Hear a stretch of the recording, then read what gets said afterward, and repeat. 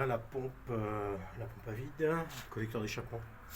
Avec son joint, là il y a un support moteur, ça va être côté distribution celui-là, avec l'anneau délinkage. La pompe haute pression, éventuellement je vous ferai une vidéo spéciale, je la sortirai pour bien voir les fixations et voilà. La fameuse boîte à eau là. Voilà un joint incorporé là, vous voyez un joint bleu là. Voilà, là, ça c'est le capteur de la courroie de distribution du bas, côté Villebrequin. Il y a un capteur. Voilà, voici la culasse démontée. Donc ça c'est bien ce que je vous ai dit finalement, hein, ça vient l'air des poussoirs. Vous voyez, il y a un petit peu de jeu, il y a quelques dixièmes, un petit dixième peut-être. Hein. Vous voyez, donc normalement ils doivent bouger un petit peu comme ça. Les cylindres là pour les injecteurs, ça c'est les arrivées d'air. Vous voyez qui sont crassouillons. Hein. Là aussi c'est les arrivées d'air encore, là aussi. Ils sont crassouilles à cause, je vous l'ai dit, de la vanne EGR. Puis j'ai la surprise de voir, oui finalement il y a bien des bougies d'allumage, 4 bougies d'allumage. Alors ça c'est l'éternel point noir, hein, de la bougie qui casse dans le cylindre.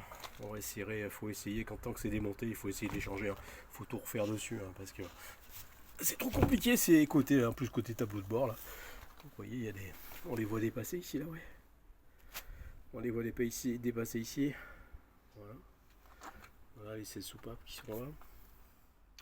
On regardera la planalité avec le marbre. Regardez ce que ça donne. Et on essaiera de les démonter, de les tester, hein, parce que c'est pas le tout que la résistance soit bonne, hein, des fois. Le point de chauffe, il se déplace.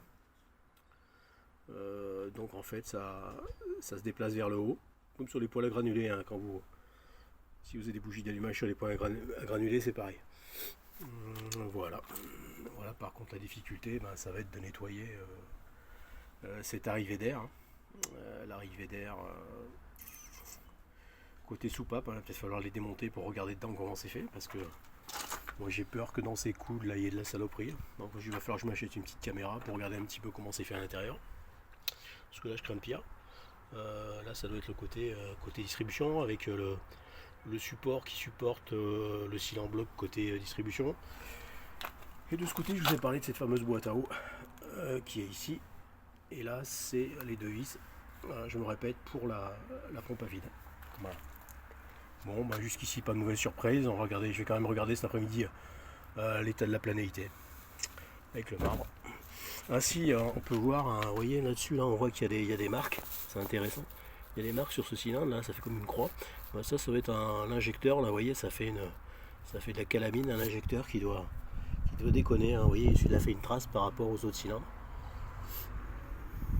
Et au centre, on a le trou de, justement, au centre, on a le trou de l'injecteur, vous voyez. Et il n'y a que ce cylindre, hein, qui est concerné par ça. Alors, est-ce qu'il a déjà été changé? Celui-là, je sais pas, il faudrait le tester. Il faudrait récupérer les tuyaux, essayer de tordre les tuyaux et puis essayer de faire cracher en hauteur. Voilà, un par un, avec la pompe HP. Voilà, bonne journée.